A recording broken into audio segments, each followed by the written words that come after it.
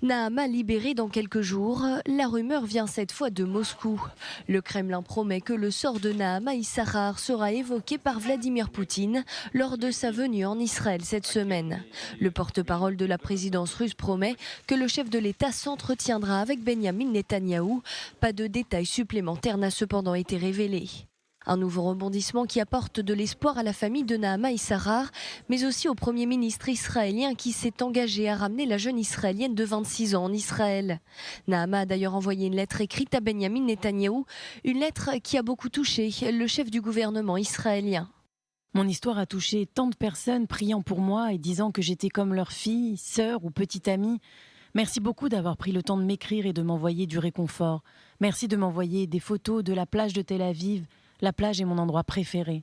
La mère de Nahama s'est quant à elle une nouvelle fois entretenue avec le Premier ministre israélien et c'est tout sourire et pleine d'optimisme que Yafa Issachar est sortie du bureau de Benyamin Netanyahou.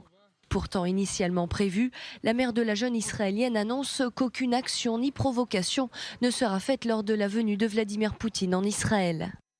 Après y avoir sérieusement réfléchi en raison de la sensibilité de la situation et de l'appréciation et du respect que j'ai pour m'engager dans les négociations pour le retour de Nahama, j'ai annoncé il y a quelques minutes au chef de la lutte pour le retour de Nahama d'annuler toutes les actions de protestation qu'il prévoyait pour les prochains jours.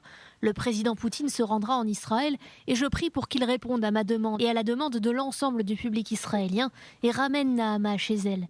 Nahama Issachar est détenue depuis le mois d'avril dernier. 9 grammes de cannabis avaient été retrouvés dans son bagage alors qu'elle était en escale à Moscou pour rentrer en Israël.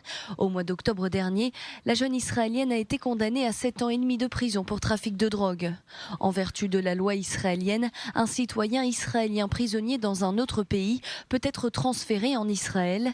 2 options sont dans ce cas possibles, effectuer son emprisonnement en Israël ou être gracié par le président de l'État, Reuven Rivlin.